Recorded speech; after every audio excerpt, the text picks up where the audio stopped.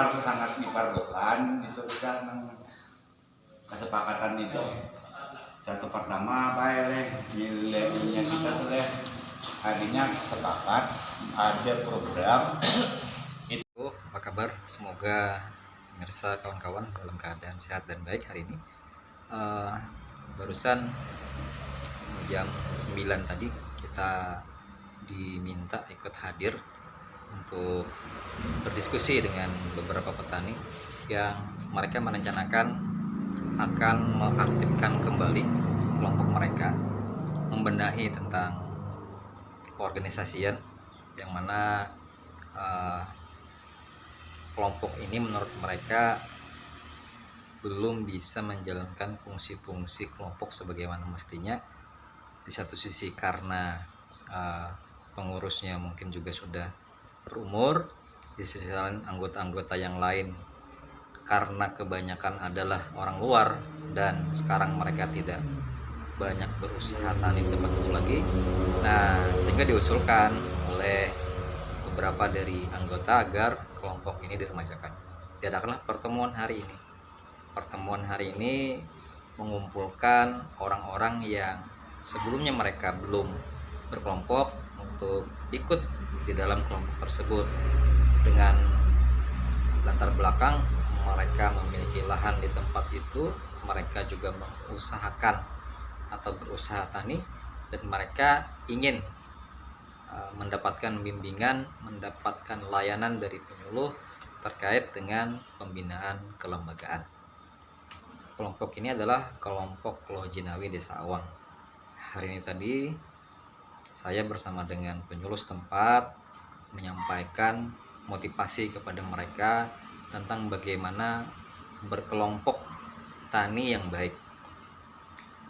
Karena memang waktunya juga terbatas dan keperluannya tidak bisa kita sampaikan secara keseluruhan, setidaknya target pertemuannya adalah bagaimana terbentuk kepengurusan baru dari kelompok tani ini.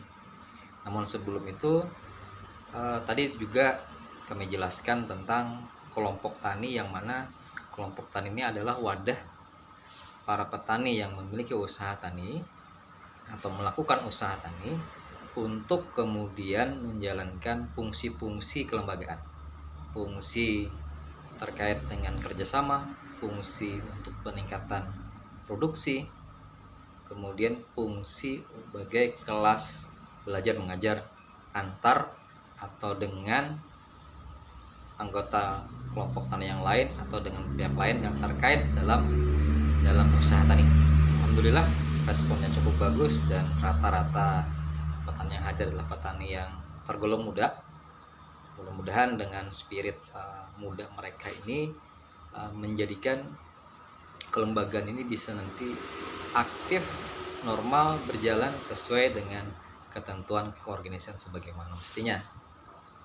Sebagai ilustrasi, tadi coba kami jelaskan tentang bahwa berkelompok ini harus memiliki tujuan. Kalau ingin berangkat ke Banjarmasin, maka alasan untuk menuju Banjarmasin ini adalah alasan yang mestinya lahir dari sebuah kesadaran. Kemudian adanya kesamaan tujuan, yang dituju adalah kota Banjarmasin. Menuju Banjarmasin itu naik apa? Naik katakanlah mobil. Siapa yang berperan sebagai sopirnya, siapa yang berperan sebagai penumpang, itu harus jelas. Sehingga nanti fungsi itu dapat berjalan sebagaimana mestinya. Fungsi sebagai sopir seperti apa, fungsi sebagai penumpang seperti apa. Selain tentang alasan, tentang tujuan, tentang dengan apa menuju ke sana, juga harus melewati jalan yang sesuai untuk berangkat ke Banjarmasin. Kita tidak mengharapkan anggota yang ikut di dalam mobil tersebut tujuannya hanya sebatas misalnya sampai di Kandangan atau sampai kemudian di Rantau saja, tapi semua sampai ke Banjarmasin. Nah, karena di mobil itu merupakan kumpulan dari orang-orang yang berada sebagai bagian dari yang ada di mobil, harus ada kemudian pembicaraan. Ini nanti istirahatnya mau mampir di mana, dan itu harus kemudian menjadi kesepakatan. Kalau misalnya keliru jalannya, ada yang mengerti dan mengingatkan. Jangan sampai justru ketika jalannya keliru, nanti sopir membawa jalannya keliru, padahal dari anggota itu mengetahui bahwa ini jalan keliru, dan anggota hanya berdiam saja tanpa mengoreksi, menasihati, menegur, maka tujuan ke Banjarmasin tidak akan pernah sampai.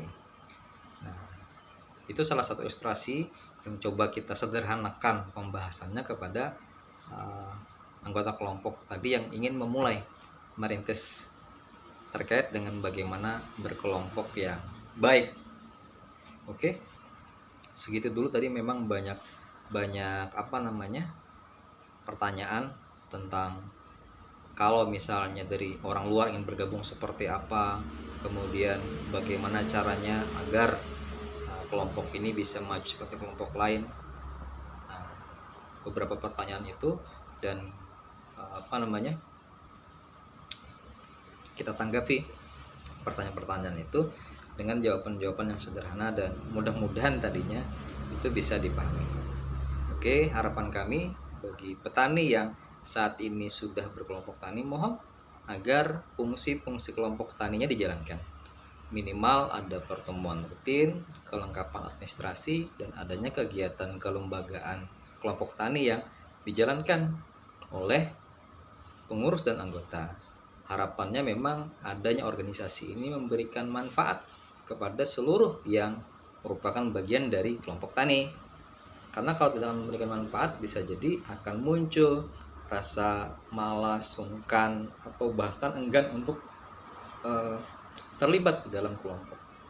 Ketika katakanlah nanti gitu ya, kelompok ini terpilih untuk mendapatkan program atau mendapatkan bantuan, maka kelompok atau orang-orang yang tergabung dalam kelompok ini masing-masing akan mengklaim bahwa mereka memiliki hak untuk menerima itu.